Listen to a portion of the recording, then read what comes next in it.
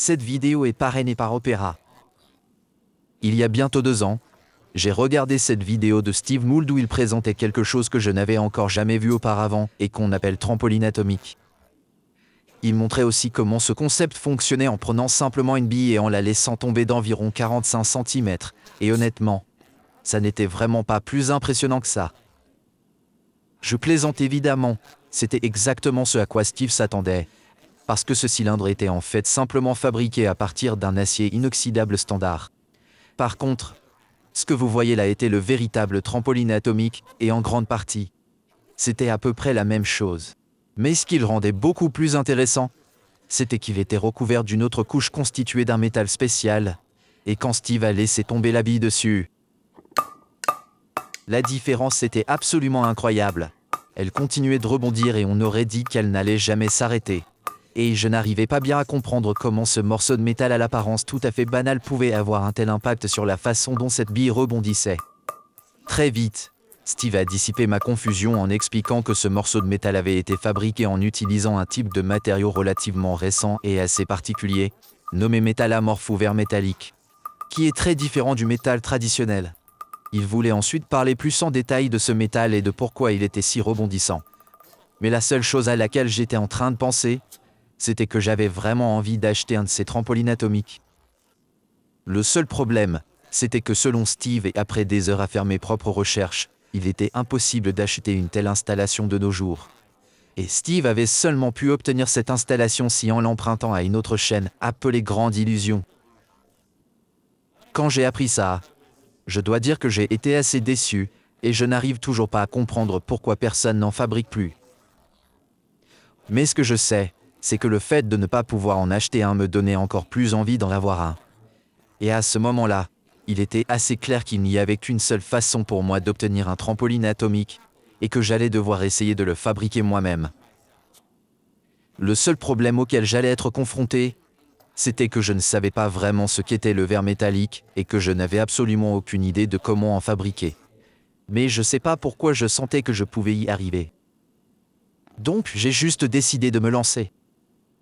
Je me suis immédiatement mis au travail, et j'ai estimé que ce dont je devais m'occuper en priorité, c'était de comprendre comment les disques de verre métallique sont généralement fabriqués.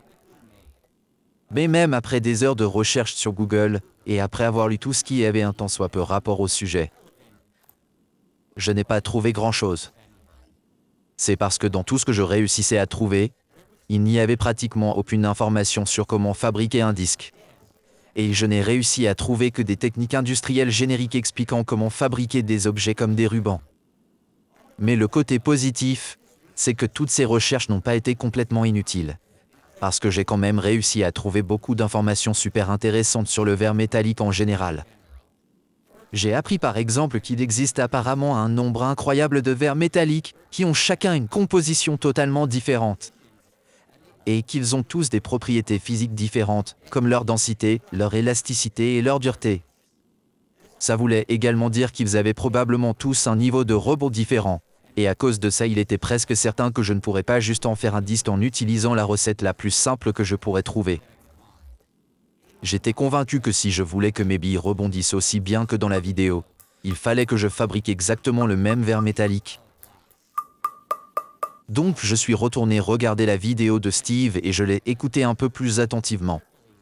Et heureusement pour moi, il disait aux alentours de la 7e minute que le verre métallique est composé de zirconium, de beryllium, de titane, de cuivre et de nickel. Avec un peu plus de recherche, j'ai pu découvrir que cette composition en particulier était appelée vitrélloïen et que c'était en fait l'un des premiers verres métalliques à avoir été commercialement viable et produit en masse. C'était pratique car sa composition exacte était également indiquée sur Wikipédia, et il était apparemment constitué de 41,2% de zirconium, 22,5% de beryllium, 13,8% de titane, 12,5% de cuivre et 10% de nickel. Je savais enfin exactement ce qu'il fallait que je fasse, donc je trouvais que j'avais déjà bien progressé, mais ce qui m'effrayait vraiment, c'était le fait que ça contenait du beryllium. Ce qui me faisait peur, c'est que le beryllium est connu pour être toxique et globalement horrible. Et en faisant des recherches dessus, j'ai appris que respirer ces poussières ou ces fumées pouvait causer des cicatrices permanentes dans les poumons. Ces cicatrices peuvent ensuite apparemment causer une bérylliose, qui est une maladie pulmonaire qui peut devenir chronique, qui est aussi incurable et qui peut même potentiellement être mortelle. Dit comme ça, on aurait dit que c'était tout simplement l'équivalent de l'amiante pour les métaux. Et ce qui rendait les choses encore pires était qu'apparemment, une seule exposition suffit pour causer la bérylliose. Dans l'ensemble, cet élément avait juste l'air absolument terrifiant et au début, ça m'a presque donné envie de complètement abandonner le projet. Mais après avoir réfléchi pendant un moment et avoir lu plein de choses sur le beryllium de manière générale, j'ai commencé à me dire qu'il était en fait possible de travailler avec cet élément de manière sécurisée et que je devrais simplement suivre deux règles très importantes. Premièrement, il fallait que je produise le moins de poussière et de vapeur de beryllium possible. Et deuxièmement, je ne devais surtout pas en inhaler. En général, la deuxième règle était assez simple. Il me suffisait d'une bonne ventilation et peut-être d'un masque. Mais la première était plus complexe et limitait considérablement les techniques de fabrication du disque. Puisque je devais faire le moins de poussière possible, je ne pouvais pas façonner le verre métallique comme un métal ordinaire en le meulant, en le découpant ou en l'usinant. Et j'allais devoir me débrouiller pour créer directement le disque exactement à la forme que je souhaitais d'une manière ou d'une autre. J'étais convaincu qu'il ne me restait qu'une seule vraie option, qui serait de fondre tous les ingrédients ensemble et de les verser dans une sorte de moule, ce qui semblait assez simple au premier abord. Mais en faisant encore quelques recherches, j'ai appris quelques petits détails, et je me suis rendu compte que ce processus allait être bien plus compliqué que prévu. Le premier problème, c'était que tous les ingrédients étaient sensibles à l'oxygène, ce qui signifiait que je ne pouvais les fondre que s'il n'y avait absolument pas d'air. Le deuxième problème, c'était que pour former du verre métallique, le métal fondu devait être refroidi aussi rapidement que possible, ce qui signifiait que le moule que j'allais utiliser devait posséder un système de refroidissement. Toutes ces conditions n'étaient vraiment pas idéales. Mais je pensais toujours que c'était faisable et à ce moment-là, je m'étais déjà totalement engagé dans le projet. J'ai donc immédiatement commencé la planification et la première chose que j'ai faite a été de contacter Steve Moule pour obtenir les dimensions exactes de son disque.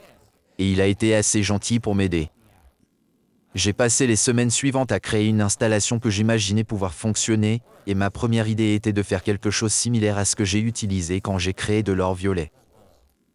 J'ai choisi ce procédé parce que la seule chose dont j'aurais besoin serait un simple four avec un creuset, et grâce à un petit tube injectant du gaz d'argon inerte, je pourrais facilement protéger tout ce métal en fusion de l'air.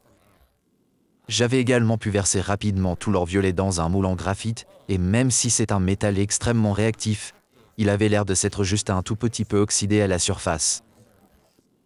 Je me suis dit que ce procédé résolvait tout le problème que j'avais par rapport à l'air, et j'imaginais que pour la partie refroidissement, la seule chose que je devrais faire différemment serait de verser le métal dans un petit moule en forme de disque parfaitement dimensionné et de le refroidir rapidement avec quelque chose comme un dissipateur thermique pour ordinateur. Ce qui était aussi très pratique et extrêmement important, c'était que je pouvais faire tout ça dans une de mes hôtes de laboratoire, ce qui me permettrait de rester complètement protégé du vilain beryllium. Globalement, j'avais vraiment l'impression que ça résolvait pratiquement tous mes problèmes, et j'étais sur le point de tester ce procédé. Quand je suis tombé par hasard sur cet article que je n'avais encore jamais trouvé, et qui expliquait précisément comment fabriquer des disques en verre métallique. Ils avaient également inclus une photo d'un disque qu'ils avaient fabriqué, et c'était exactement ce que je voulais faire. Et ce qui était encore mieux, c'était qu'ils expliquaient exactement comment ils avaient procédé. Pour être plus précis, ils disaient que tous les ingrédients étaient fondus avec un arc électrique, puis coulés par aspiration à l'aide de moules en cuivre refroidis à l'eau, dans une atmosphère d'argon purifié. Au début, la plupart de ces mots ne me disaient rien du tout. Mais en faisant davantage de recherches, j'ai découvert que pour les expériences en laboratoire, c'était une technique assez courante pour créer du verre métallique. Il semblait également que la partie principale de l'installation était ce qu'on appelle un four à arc électrique, et avec quelques recherches supplémentaires sur Google, j'ai réussi à trouver pas mal de photos. Donc j'ai examiné de plus près ce qui me semblait être le modèle le plus simple. Mais ce qui m'inquiétait un peu, c'était que je ne comprenais rien du tout à ce que j'avais sous les yeux. Mais après l'avoir étudié pendant un moment, je me suis rendu compte que c'était en fait beaucoup plus simple que ce que je pensais et qu'en gros, C'était juste un équipement de soudage standard avec quelques pièces supplémentaires. Le fait que le four était alimenté par une alimentation électrique de soudage courante montrait ça assez clairement, et la sortie positive était connectée à une électrode de soudage standard en tungstène. Il y avait bien sûr quelques différences majeures, et la première était que l'autre fil, qui est normalement connecté à l'objet qu'on souhaite souder, était ici attaché à un creuset de cuivre refroidi à l'eau. Une autre différence, c'était que toute cette installation était enfermée dans une coquille de verre ou de métal remplie d'un gaz inerte comme l'argon, ce qui protégeait totalement l'intérieur de l'air. Avec cette installation, il était apparemment possible de liquéfier presque n'importe quel métal, et j'ai trouvé une démonstration vraiment cool de son fonctionnement sur YouTube. Dès l'instant précis où l'appareil était activé, on pouvait immédiatement voir une lumière extrêmement puissante, qui était due au fait qu'un plasma était en train de se former entre l'électrode et le creuset en cuivre. Ce plasma devenait alors si chaud qu'il pouvait liquéfier presque instantanément n'importe quel métal avec lequel il entrait en contact, et pour être honnête, la vitesse à laquelle il pouvait le fondre était impressionnante.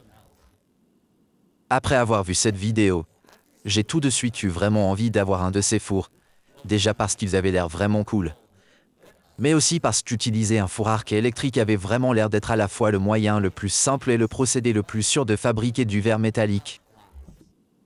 Ce qui rendait cette idée encore plus séduisante, c'était qu'avec un modèle légèrement plus grand comme celui-ci, il semblait tout à fait possible d'installer un moule sur mesure dans le creuset de cuivre refroidi à l'eau. Ça m'aurait alors permis de couler le métal en fusion directement dans un disque qui serait exactement de la forme que je souhaitais, tout en le refroidissant extrêmement rapidement, ce qui était également une étape très importante. Donc à ce moment-là, j'étais totalement décidé à acheter un four arc électrique. Le seul problème, c'était qu'il suffisait de regarder cette installation pour savoir qu'elle allait coûter très cher. Et après avoir parlé à quelqu'un sur Alibaba pendant plus d'une semaine, j'ai reçu un devis final qui était de 14 000 $. C'était beaucoup plus que ce que m'aurait coûté mon autre configuration, c'est-à-dire environ 0 $, et le chiffre m'a quand même un peu choqué. Mais c'était clairement la meilleure option et la façon de procéder la plus sûre, et en plus, ils ont confirmé qu'il serait totalement possible de fabriquer un moule de disque exactement aux dimensions que Steve m'avait données. Donc j'ai décidé de me lancer, et après quelques mois à attendre patiemment, j'ai enfin fini par recevoir cette énorme caisse en bois. Puis j'ai passé les 15 minutes suivantes à tout démonter, je suis allé jeter tous les emballages qui se trouvaient dans la boîte, et j'étais très heureux de voir que j'avais maintenant tout ce dont j'avais besoin. Pour être plus précis, j'avais l'alimentation, un refroidisseur, une pompe à vide, et bien sûr, un four arc électrique à l'allure futuriste. Maintenant, il ne me restait plus qu'à tout assembler, en commençant par brancher les fils depuis l'électrode et le creuset sur l'alimentation électrique, puis en rattachant le refroidisseur à toutes les conduites d'eau qui étaient de couleur bleutée, et enfin, en fixant la pompe à vide à ce petit tube qui sortait sur le côté. Je suis aussi allé chercher ma bouteille d'argon et je l'ai attachée à cette partie sur le dessus, et quand j'ai eu terminé, ça m'avait l'air d'être pas mal. J'ai ensuite ouvert le four pour vérifier le creuset en cuivre, et j'étais vraiment content de voir qu'il correspondait exactement à ce que j'avais demandé. Il y avait au centre le moule sur mesure, dont je parlerai plus en détail plus tard, entouré de 4 petits puits arrondis, que je pouvais utiliser pour fondre le métal. Il y avait également 2 moules sur mesure avec un diamètre d'exactement 44 mm, que j'avais fait fabriquer dans l'hypothèse où le moule principal viendrait à échouer totalement. De cette manière, j'avais au moins une solution de secours, et comme pour le moule, j'en parlerai davantage un peu plus tard.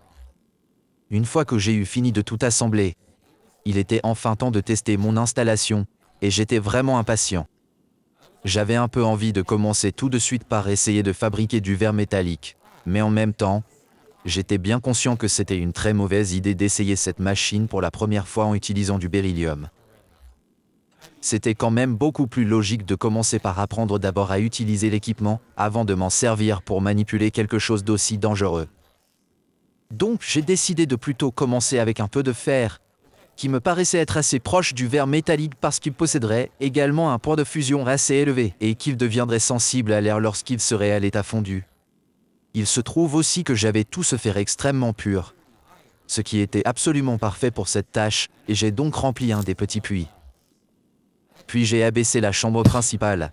Je l'ai bien fermée et j'ai activé la pompe à vide pour en retirer tout l'air. Il suffisait que je regarde le manomètre pour surveiller le procédé, et lorsque j'ai vu que la pression ne diminuait plus, j'ai fermé le vide et ouvert la valve qui permettait de libérer l'argon. Le gaz d'argon a commencé à entrer dans la chambre, ce qui a fait remonter la pression, et une fois qu'elle était revenue autour de 0, j'ai coupé le gaz et j'ai recommencé à faire le vide. J'ai répété exactement le même processus encore 3 fois, et une fois tout ça terminé, j'ai fermé à la fois le vide et la valve de l'argon. Après tous ces cycles, je devais normalement avoir une chambre qui était pratiquement dépourvue d'oxygène ou d'humidité, contenant exclusivement de l'argon inerte, et j'étais quasiment prêt à commencer à chauffer le fer. Il ne restait plus qu'à activer l'alimentation et à très mal installer une caméra pour avoir un très mauvais angle de vue à l'intérieur. Et là, je devais juste appuyer sur la pédale pour lancer le processus. J'ai donc positionné l'électrode juste au-dessus du fer, et je dois admettre que j'étais assez stressé, mais je me suis lancé et j'ai appuyé sur la pédale et toute l'installation s'est immédiatement illuminée. En une fraction de seconde, l'argon entre l'électrode et le creuset s'était transformé en plasma, et je ne sais pas pourquoi, mais j'étais vraiment surpris que mon système fonctionne. Ça marche! Le seul problème, c'était que la machine semblait avoir du mal à faire fondre le fer. Mais c'était parce que l'alimentation était encore à son niveau le plus bas. Je l'avais démarré comme ça car je voulais commencer en toute sécurité, mais la machine avait clairement besoin de plus de puissance pour générer un plasma plus chaud, et j'ai augmenté la puissance. Quand j'ai fait ça, la lumière est immédiatement devenue encore plus vive et peu de temps après, j'ai heureusement commencé à voir que du fer avait fondu. C'était vraiment impressionnant. Quand on pense que le fer se met à fondre à environ 1500 degrés Celsius ou 2800 degrés Fahrenheit, et le fait que la machine arrivait à faire ça en quelques secondes seulement était assez fou. Mais ce que j'ai trouvé encore plus impressionnant, c'est qu'en moins d'une minute, le fer s'était complètement liquéfié et que je me retrouvais avec un pâté de fer incroyablement chaud. Il ne semblait pas non plus s'oxyder, ce qui voulait dire que mon atmosphère inerte était en train de fonctionner. Globalement, j'étais très satisfait de ce que j'avais acheté. C'était réellement aussi cool que ce que j'avais imaginé en regardant la vidéo. Et même si je finissais par complètement échouer à fabriquer le verre métallique, je n'aurais absolument aucun regret. Oh, c'est vraiment cool. Mais bref, le fer ne pouvait pas devenir encore plus liquide qu'il ne l'était déjà, donc j'ai arrêté de le chauffer et je l'ai laissé refroidir. Quelques minutes plus tard, quand j'ai estimé qu'il était prêt, j'ai ouvert la chambre et j'ai vu mon magnifique petit pâté de fer. J'étais aussi vraiment content de voir qu'il ne semblait pas du tout oxydé, mais il était entouré de plein de déchets noirs. Je pense que c'était simplement du carbone. Puis je l'ai regardé de plus près et quand je l'ai retourné, j'ai remarqué que le dessous n'était pas correctement fondu. Je pensais vraiment avoir réussi à éviter ça en le chauffant super fort, mais manifestement, le froid du cuivre avait vraiment fait son effet et le fond aurait probablement toujours un peu de mal à fondre. Mais en tout cas, la machine avait clairement fonctionné, et maintenant, il ne restait plus qu'à tester le moule avant de commencer à devoir manipuler le vilain beryllium. Jusqu'à présent, je n'ai pas encore expliqué comment ce moule fonctionnait, mais heureusement, c'était censé être assez simple. L'idée de base, c'était que le moule lui-même était composé de 2 pièces séparées qui étaient tout juste ajustées à la taille du creuset. Et entre ces 2 pièces, il y avait une cavité en forme de disque avec un diamètre d'exactement 44 mm et une largeur d'exactement 3,5 mm.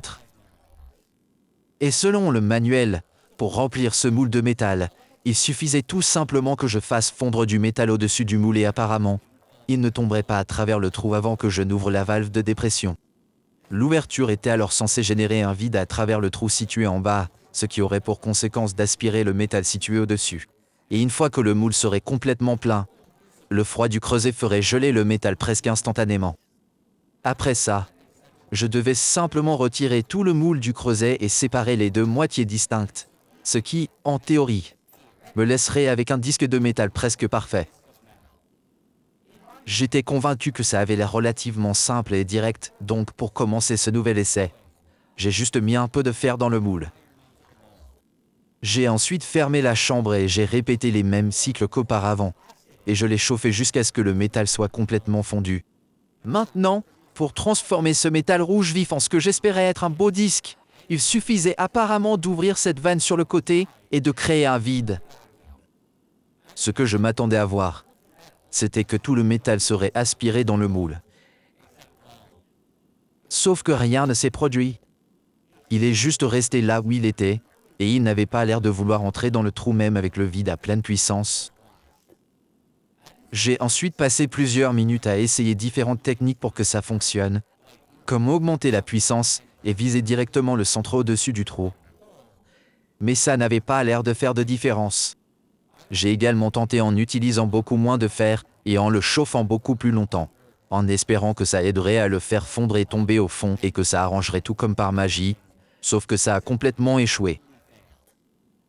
Donc ce moule était en fait beaucoup plus difficile à utiliser que je ne le pensais, et dans un effort désespéré pour essayer de comprendre le problème, j'ai fini par passer les jours suivants à tester une multitude de choses au hasard. J'ai aussi testé avec des métaux dont le point de fusion est plus bas, comme l'aluminium et l'étain pour voir si ça changerait quelque chose. Et avec ces métaux, j'ai bien réussi à en faire entrer un peu dans le moule, mais le résultat était toujours mauvais. J'ai essuyé échec après échec, au point où j'ai commencé à penser qu'il y avait vraiment quelque chose qui ne fonctionnait pas correctement avec le moule. Pourquoi ça l'a pas aspiré? Et pour être honnête, j'étais sur le point de renoncer complètement. Je pense que je procède pas de la bonne façon. Mais j'ai quand même décidé d'essayer une toute dernière fois en changeant de procédé, et je suis vraiment content de l'avoir fait. Parce que même si je n'y croyais pas trop, ça a eu l'air de fonctionner. La quasi-totalité du métal a été aspirée dans le moule et à ma grande surprise, lorsque je l'ai sorti et que je l'ai ouvert, j'ai vu un disque quasiment parfait. J'y crois pas. Ça a marché. Il est nickel. Il est vraiment nickel. Un beau petit disque. Ça m'épate. J'ai ensuite retenté l'expérience plusieurs fois en faisant exactement la même chose, pour m'assurer que ce n'était pas juste un coup de chance, et ça a fonctionné à chaque fois. En tout cas, ça voulait dire que le moule n'était pas cassé ou quoi que ce soit, mais qu'il était plutôt mal conçu et très capricieux. C'est-à-dire que pour qu'il fonctionne, je me suis rendu compte qu'il fallait utiliser une quantité spécifique de métal, le chauffer pendant une certaine durée et ouvrir la vanne de dépression à une vitesse particulière. Le procédé avait tendance à échouer si je ne faisais pas ces trois choses exactement comme il fallait, et le métal refusait d'entrer dans le moule ou ne le faisait qu'en très petite quantité. Et dans les pires cas, la plupart finissaient tout simplement aspirés dans le bas du moule. Bref, mon problème de moule semblait désormais résolu, et à ce stade, je me sentais capable de le faire pour de vrai avec du beryllium, et il était enfin temps d'essayer de fabriquer du verre métallique. Je suis donc allé chercher tous les métaux nécessaires dont j'ai parlé tout à l'heure, c'est-à-dire du zirconium, du beryllium, du titane, du cuivre et du nickel. Tous ces métaux étaient également de la plus haute pureté que j'ai pu trouver, et à part le beryllium qui était le plus bas à 99,5% pur, tous les autres étaient d'au moins 99,9%. Bref, maintenant que tous ces métaux étaient prêts, il fallait ensuite que je les mesure et que j'obtienne les quantités exactes dont j'aurais besoin pour cette recette de vitrelloïen.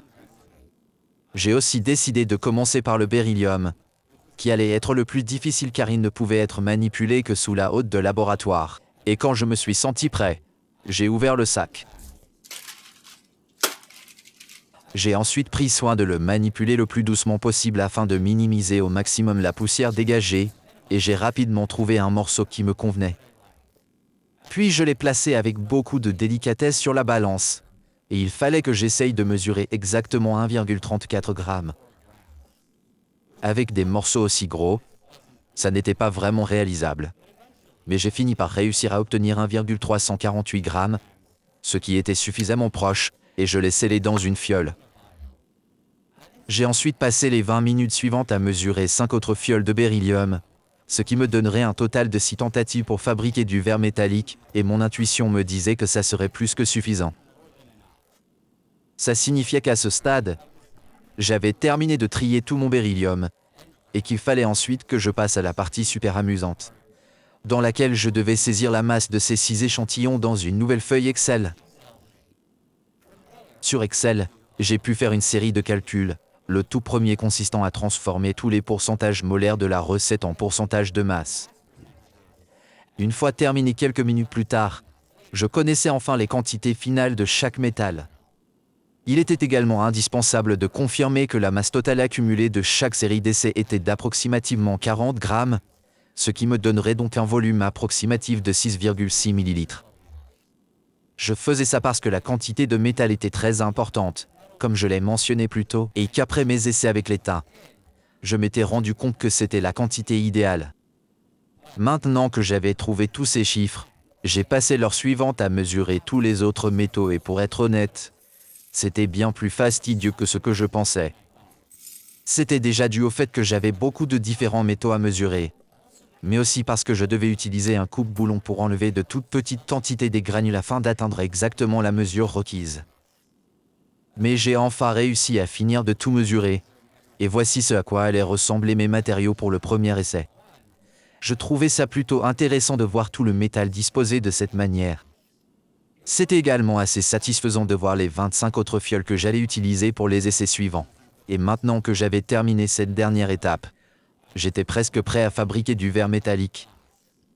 La seule autre chose qu'il me restait à faire, c'était de déplacer le four arc électrique tout entier sous ma hotte de laboratoire, ce qui était franchement assez pénible, et d'ajouter également un filtre absolu sur cette partie-là, qui retiendrait toute poussière ou vapeur de beryllium que la pompe pourrait faire ressortir. Et pendant que j'y étais, j'en ai profité pour ajouter aussi une valve à 2 voies sur l'entrée d'argon en haut, et j'aurais d'ailleurs dû faire ça dès le début.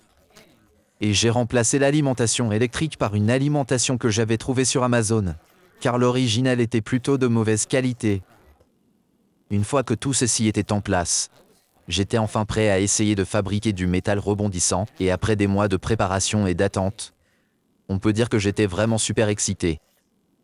Donc j'ai tout de suite commencé et la première chose que je devais faire, c'était d'ajouter tous les métaux dans le creuset en cuivre qui, vous l'avez peut-être remarqué, était différent de celui que j'utilisais avant.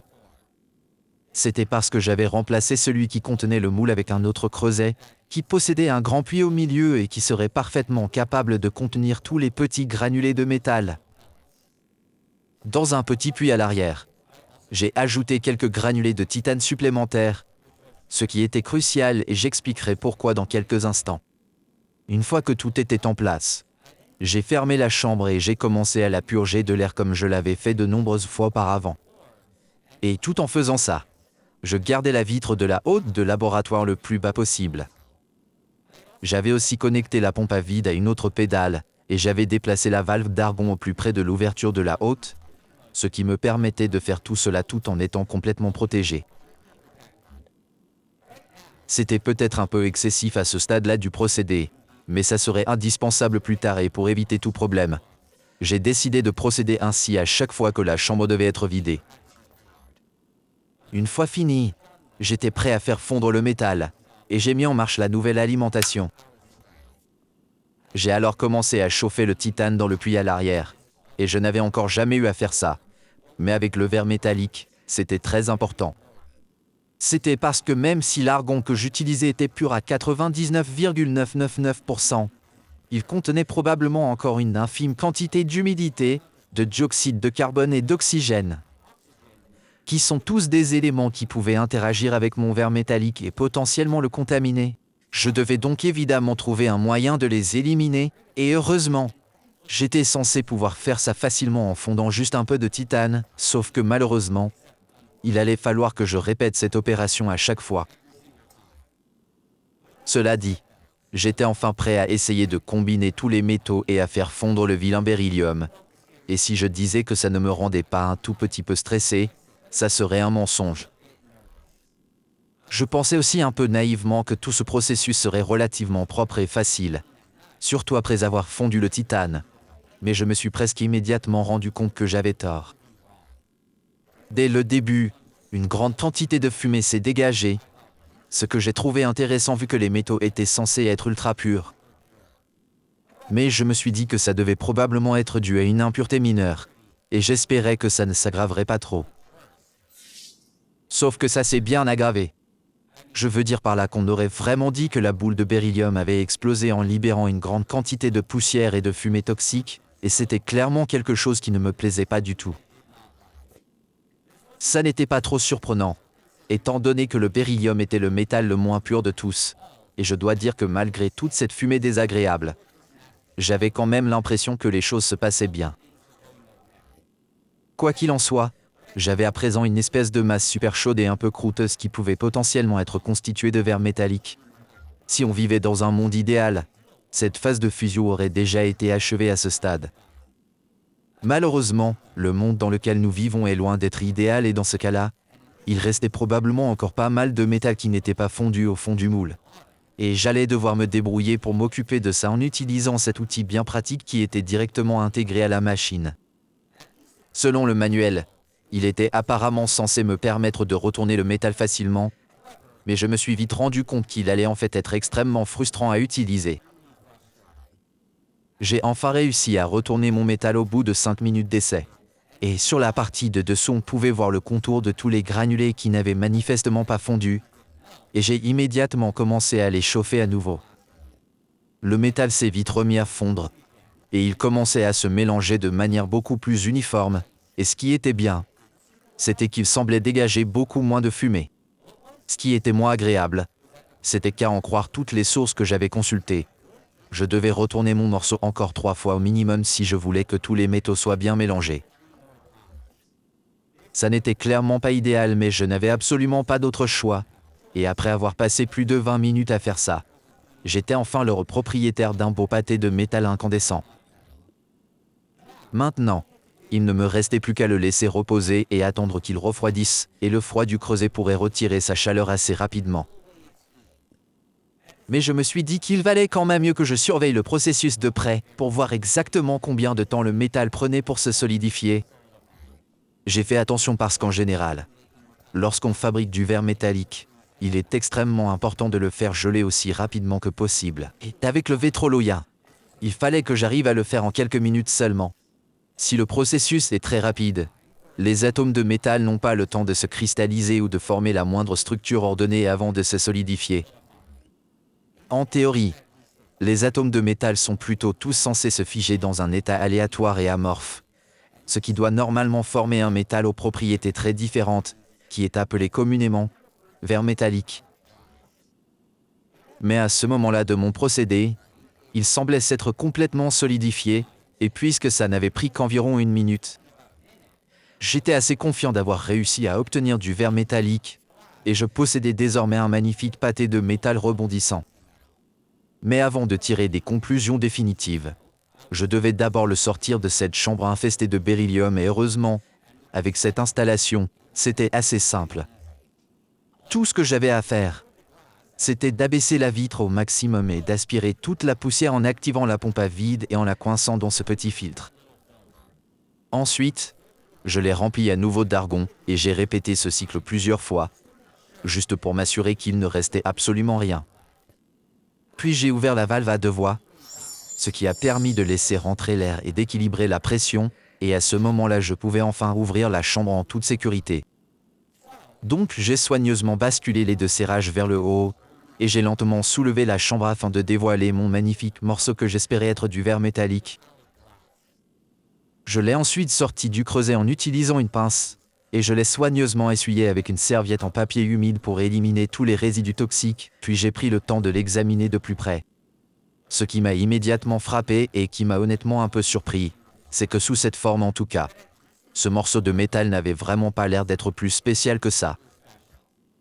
Ça n'avait pas vraiment l'air d'être différent d'un métal ordinaire, et je sais que je le tenais avec des pinces. Mais quand même, avec une densité à peu près similaire à celle du fer pur. Ça m'a donné l'impression que j'avais juste refait un de ces morceaux de fer fondu que j'avais fabriqué auparavant. Je ne pouvais évidemment pas le juger uniquement en fonction de ce que je ressentais, et je devais adopter une approche plus scientifique. Je devais donc faire un vrai test. Donc je suis allé chercher une de mes billes en acier que j'utilise normalement pour tirer avec une fronde, et quand je l'ai laissé tomber, j'ai été agréablement surpris par ce que j'ai vu. C'était évidemment loin d'être aussi bien que ce qu'avait fait Steve Moule. Mais ce morceau de métal m'avait quand même l'air étrangement rebondissant. Et je trouvais qu'il produisait un son vraiment intéressant. Je trouvais qu'il y avait quelque chose dans ce son qui avait l'air assez souple. Et je me suis dit que c'était vraiment un bon signe. Pour être absolument certain que ce métal était bel et bien spécial, il fallait bien sûr que je le compare à un métal ordinaire. Et j'ai décidé d'utiliser un de mes morceaux de fer. Il ne me restait plus qu'à laisser tomber la bille, et pour être honnête, j'avais un peu peur qu'elle rebondisse tout aussi bien et que le verre métallique que j'avais fait soit en fait totalement nul. Mais ça rebondissait vraiment super mal. Ça ne ressemblait même pas du tout à ce qu'on pourrait appeler un rebond. Et ça m'indiquait que j'étais définitivement sur la bonne voie. En même temps, je pensais également que transformer ce que j'avais en un disque vraiment plat, avec une base solide sur laquelle il pourrait reposer, rendrait ce morceau beaucoup plus rebondissant. Donc c'était ce que je devais essayer ensuite. Avant de poursuivre, il fallait déjà que je finisse de fondre les 5 autres lots que j'avais préparés, et j'ai fait de mon mieux pour accélérer le processus autant que possible. Mais malgré tous mes efforts, ça a quand même été un processus très long et fastidieux, et ce qui a empiré les choses, c'est que le beryllium des essais 3 et 6 était apparemment encore plus explosif que celui que j'avais utilisé pour le premier essai, et on aurait dit qu'il était en train d'être projeté partout. La chambre tout entière était tellement remplie de fumée qu'il était presque impossible de voir quoi que ce soit à l'intérieur. Donc ce problème-là était quand même plutôt dommage. Mais le côté positif, c'était que les autres essais avaient l'air tout à fait normaux et qu'ils ne produisaient pas trop de fumée. J'ai également pu observer quelque chose que j'ai trouvé vraiment intéressant.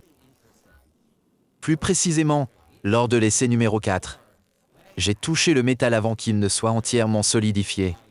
Et à ce contact, une petite quantité du métal a été tirée comme un petit fil de substance gluante. Et je n'avais jamais vu un autre métal comme ça. Je trouvais que ça ressemblait davantage à du plastique fondu, ou à du verre en fusion, et je me suis dit que ça devait être un autre signe de bonne augure que j'avais bel et bien réussi à fabriquer du verre métallique. Quoi qu'il en soit, 4 heures plus tard, j'avais obtenu 6 magnifiques morceaux de métal, et j'étais plutôt optimiste. J'ai aussi fait un rapide test avec une bille d'acier pour vérifier qu'ils étaient tous rebondissants et à première vue, ils avaient tous l'air d'avoir à peu près les mêmes caractéristiques. Ok. Le seul point décevant, c'était qu'en les pesant, je me suis rendu compte que les morceaux qui avaient beaucoup explosé avaient perdu beaucoup trop de masse, ce qui voulait dire que la plupart du beryllium avait probablement été dispersé dans la chambre et que je ne pourrais pas les utiliser. Mais je ne pensais pas que c'était réellement un problème parce que même sans eux, il me restait encore 4 tentatives pour créer des disques, ce que je pensais être largement suffisant. Cela dit, il commençait vraiment à se faire tard à ce moment-là et j'étais complètement épuisé, donc j'ai décidé de remettre ça au lendemain. Quand je suis revenu le lendemain matin, j'étais vraiment motivé de m'y remettre et la première chose que j'ai faite a été de remplacer le creuset avec celui qui inclut le moule. J'ai ensuite rajouté un peu de titane supplémentaire et sur le moule, j'ai placé le verre métallique que j'avais fabriqué lors de ma première tentative. Ensuite, j'ai tout fermé. J'ai effectué tous les cycles d'argon et j'ai fait fondre le titane. Puis j'étais prêt à commencer. Donc j'ai commencé à chauffer mon mélange en utilisant la même technique que celle qui avait fonctionné sur l'étain. Et quand j'ai senti qu'il était assez chaud, j'ai soigneusement ouvert le vide du moule. La quasi-totalité du métal a été très rapidement aspirée dans le moule, ne laissant derrière qu'une petite perle au-dessus du trou, et j'étais vraiment choqué que ça ait fonctionné du premier coup. Oh, d'accord. Donc apparemment tous mes entraînements avaient bien porté leurs fruits. Et à l'intérieur du moule, il devait maintenant y avoir un beau disque de verre métallique et j'espérais qu'il était parfait. Donc il ne restait plus qu'à sortir le résultat, et pour cela, j'ai vite fait un cycle avec de l'argon, puis j'ai ouvert la chambre. Pour libérer le moule, j'ai ajouté quelques vis et avec un morceau de métal fait maison, j'ai pu doucement retirer la pièce tout entière. Une fois que j'avais fait ça, le seul truc qu'il me restait à faire était de l'ouvrir et à l'intérieur, je m'attendais à voir un beau disque parfaitement formé. Mais j'ai été tout de suite déçu. Au lieu de ça, j'avais un morceau super moche et je ne savais pas pourquoi, mais il ne remplissait même pas complètement le moule. Et ce qui m'a encore plus dérangé, c'est qu'il semblait avoir été aspiré de manière très étrange, ce qui a causé ce trou au milieu. En plus de ça, beaucoup de métal s'était fait aspirer au fond, comme en témoignait cette espèce de queue.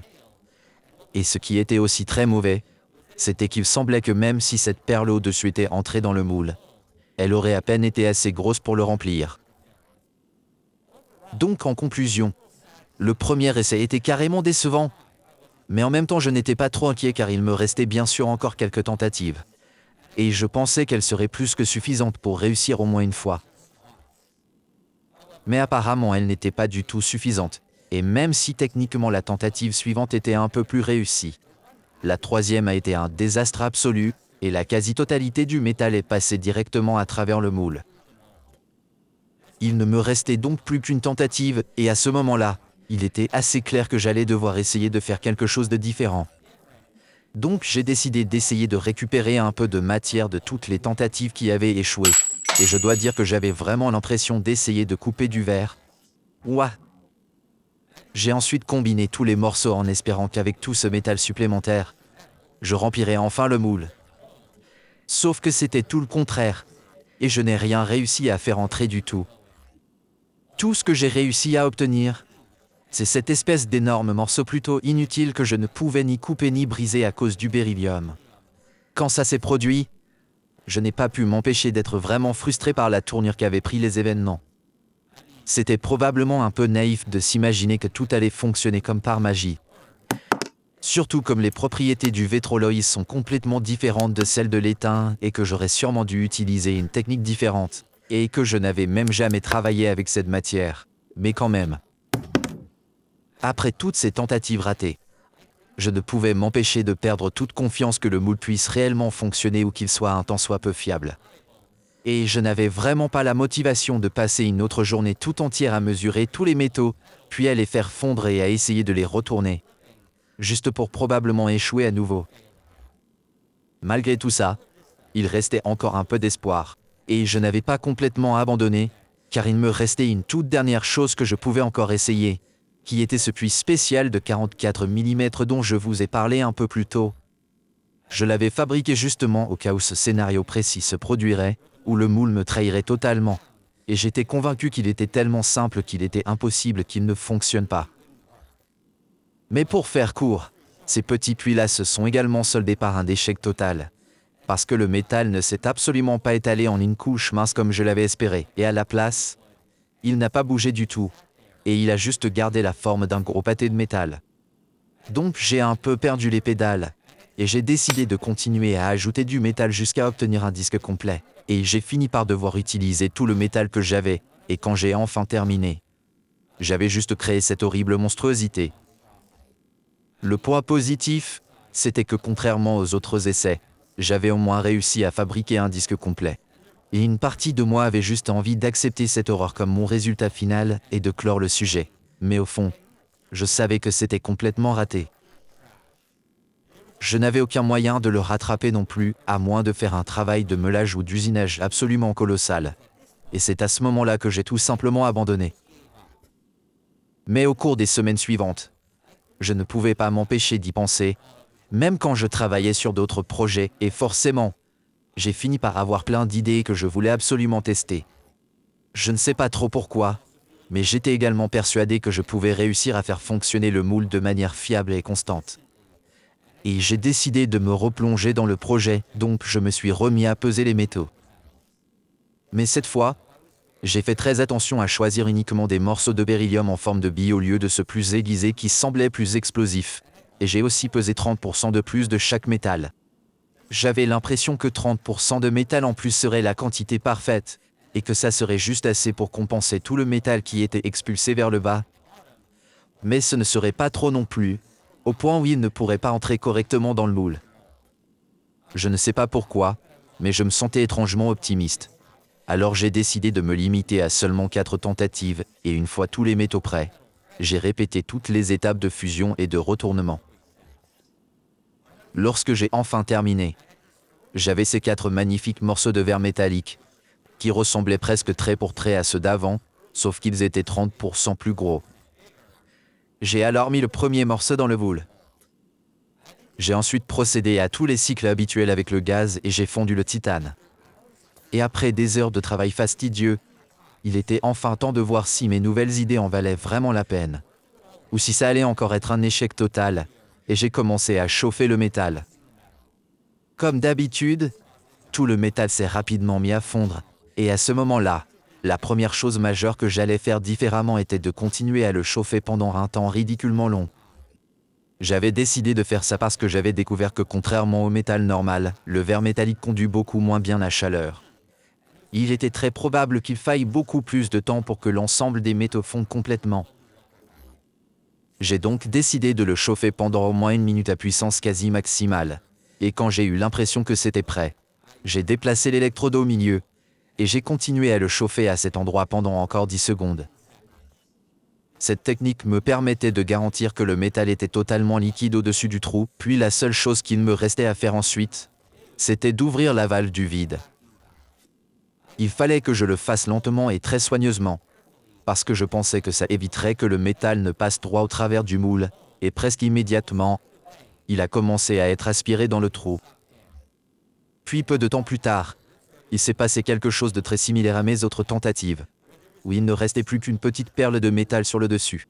La seule différence était que la perle paraissait un peu plus grosse, ce qui suggérait que tout n'avait pas pu rentrer dans le moule. Mais en même temps, j'avais débuté avec beaucoup plus de métal, donc c'était difficile à juger.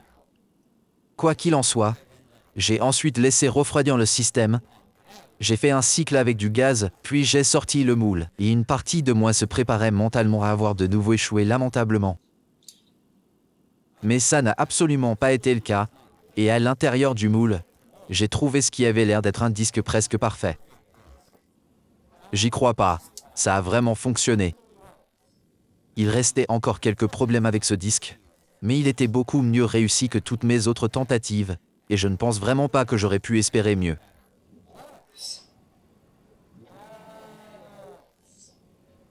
Il est vraiment super.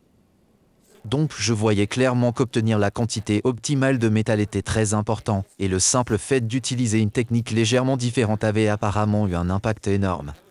Et j'étais à la fois extrêmement excité et soulagé.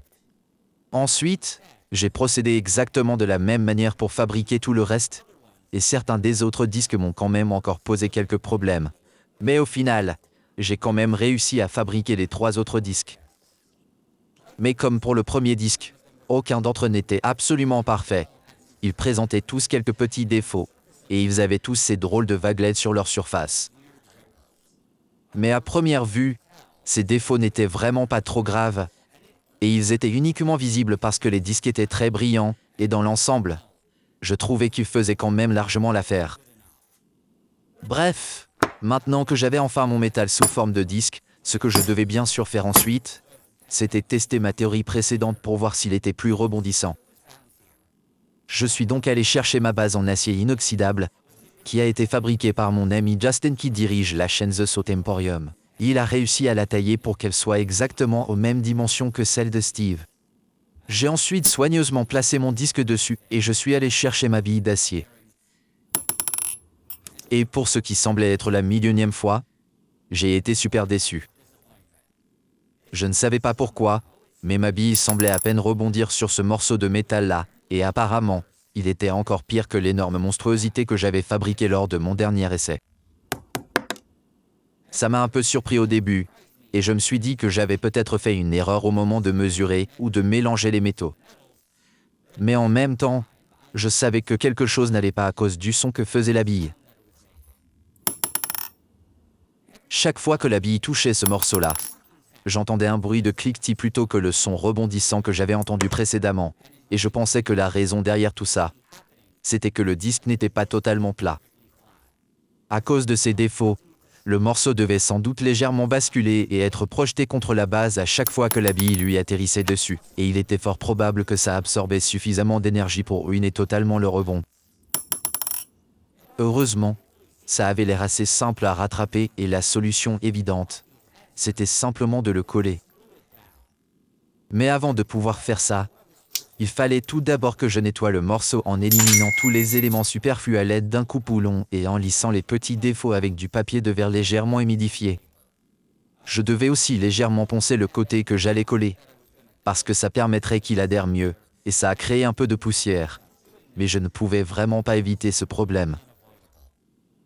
Quand je me suis dit que j'avais suffisamment bien poncé, j'ai mis plein de super glue sur la base en acier et j'ai écrasé le disque dessus.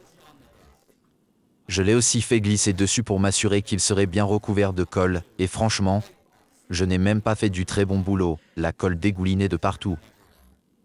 Mais malgré ça, tout semblait bien se passer, et après l'avoir laissé reposer pendant un jour pour que la colle ait le temps de durcir, j'ai nettoyé mon disque. J'ai ensuite soigneusement glissé un tube en acrylique par-dessus, que j'avais trouvé sur eBay. Et maintenant, le moment était enfin venu de voir si la colle avait réglé le problème comme par magie. Donc une fois de plus, j'ai pris une bille et j'étais un peu stressé quand je la tenais au-dessus du tube. Et ça avait bien réglé le problème comme par magie. On aurait vraiment dit qu'elle rebondissait exactement comme la bille dans la vidéo de Steve, et heureusement, elle ne faisait plus du tout ce bruit de cliquetis. Le nouveau son qu'elle produisait était clairement plus rebondissant, et il était bien plus fort que ce à quoi je m'attendais, et à ce stade, j'étais encore vraiment surpris que ça fonctionne réellement. Ça fonctionne vraiment. C'est vraiment cool.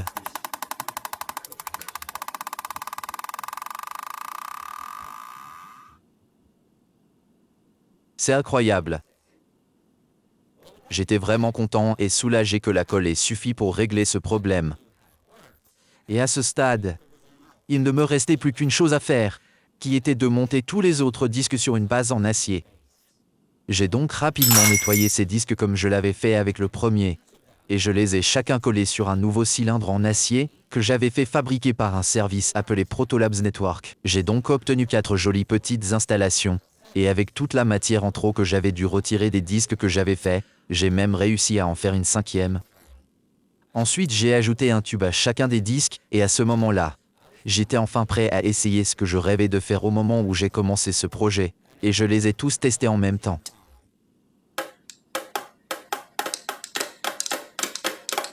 Honnêtement, c'était surtout pour le plaisir. Mais j'étais curieux de voir s'il y aurait une différence. Et ça ne m'a pas surpris de constater qu'il y en avait une. Je pense que le verre métallique en lui-même était plutôt correct, et je crois que c'est plutôt la qualité de la surface du disque qui faisait le plus la différence. Par exemple, le 3e disque avait de loin la pire surface, suivi du 4e, parce qu'ils avaient tous les deux des petites aspérités et des petits trous, et j'espérais que ça ne poserait pas de problème. Mais ce sont clairement ceux-là qui fonctionnaient le moins bien. En théorie, je pense que ça pourrait facilement être résolu, simplement en meulant et en repolissant la surface. Mais à l'heure actuelle, je ne peux pas vraiment le faire en toute sécurité. D'un autre côté, je suis aussi très satisfait des disques numéro 1, 2 et 5, qui semblent fonctionner presque aussi bien que ceux de Steve, et ça me convient très bien comme ça. Comme ça, je peux garder un exemplaire pour moi, en offrir également un à Steve parce que j'avais promis de le faire dans un commentaire sur sa vidéo et enfin d'en donner un autre à l'un d'entre vous. Si vous voulez une chance de le gagner, il n'y a pas de conditions particulières et vous n'avez pas besoin de vous abonner ou de commenter ou quoi que ce soit de ce genre. Il suffit simplement d'envoyer un gentil mail à giveaway@nilred.ca et après une semaine, je choisirai le gagnant de manière aléatoire. Et j'en profite pour faire un point de sécurité parce que je ne crois pas l'avoir mentionné dans la vidéo. Mais le verre métallique sous cette forme de disque est totalement sûr.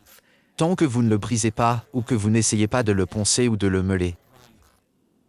Donc au final, ce projet s'est avéré bien plus compliqué que je ne le pensais. Surtout concernant toute l'installation du moule, et je suis content d'avoir réussi à le faire fonctionner.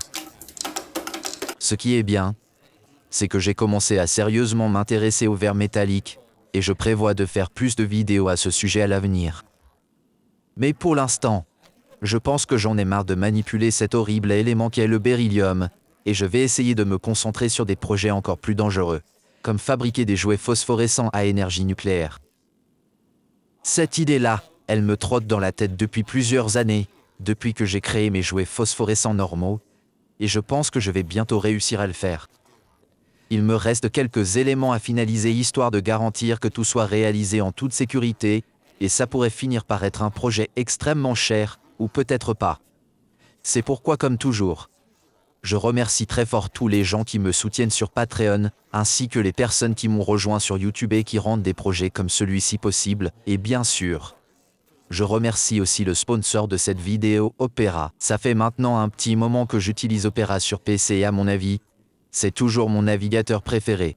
Il est à la fois très rapide et intuitif, il inclut plein de fonctionnalités supplémentaires, et une mise à jour vient d'être faite pour son intelligence artificielle native de navigateur appelée Aria.